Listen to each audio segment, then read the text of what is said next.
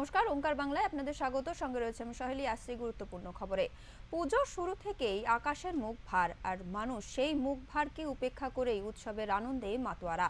এবার এরই মধ্যে এক প্রকার বিপর্যয় নেমে এলো দামোদর নদ তীরবর্তী অঞ্চলগুলিতে।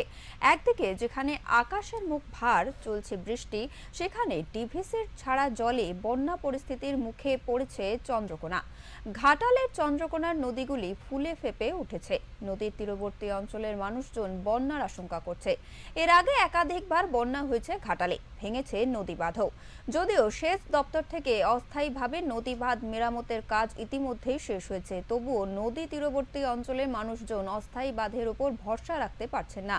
তাদের দাবি, যেভাবে জল বাড়ছে তাতে আশঙ্কা থেকেই যায় আবারও না নদী বাঁধ ভেঙে প্লাবিত হয় ঘরবাড়ি এবং মাঠের ফসল। চন্দ্রকোনার নিচের দিকে থাকা ঘাটালে বর্তমানে বন্যা পরিস্থিতি স্বাভাবিক। চন্দ্রকোনায় যখন বন্যা পরিস্থিতি তৈরি হয়, তখন ঘাটালে বন্যা পরিস্থিতি স্বাভাবিক থাকে। চন্দ্রকোনায় বন্যা পরিস্থিতির উন্নতি হলে ঘাটালে বন্যা পরিস্থিতি অবনতি হবে। যদিও ঘাটাল মহকুমা প্রশাসনের তরফে জানানো হয় তারা তৎপর আছে যে কোনো পরিস্থিতির মোকাবিলার জন্য।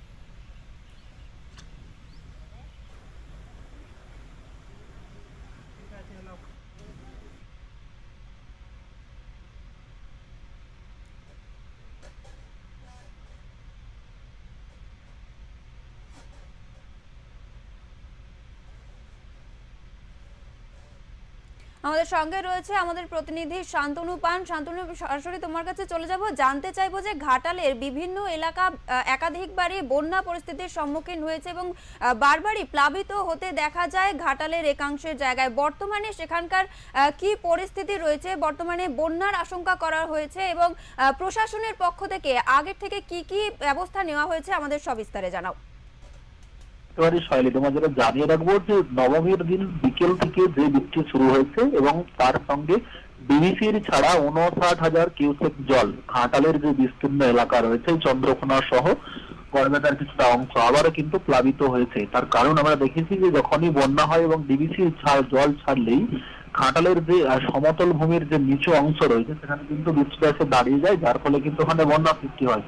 তো পুজোর শেষে আবারও সেই একই রকম ঘটনা ঘটেছে ঘাটালে। প্রশাসনের পক্ষ থেকে সেই জল যাতে দ্রুত নামিয়ে দেওয়া যায় সেই জন্য জিসিপি দিয়ে যে খাল বিল সংস্কার করে সেখান থেকে নদীতে ফেলার যে চেষ্টা সেটা যেমন একদিকে হচ্ছে, অন্যদিকে সাধারণ মানুষ কিন্তু চিন্তিত যে আবারও মেঘ ভার করে রয়েছে। যদি বারবার এই ধরনের বৃষ্টি হয় এবং ডিভিসিও জল ছেড়ে দেয়, সেক্ষেত্রে ঘাটালের মানুষের কিন্তু অসুবিধারই সম্মুখীন হতে হবে প্রত্যেকবার। একদমই, আমি জানতে চাইবো প্রশাসনের পক্ষ থেকে কি কি তৎপরতায় কি কি কাজ তারা এগিয়ে রাখছেন, মানে তাদের পক্ষ থেকে কি জানা যাচ্ছে?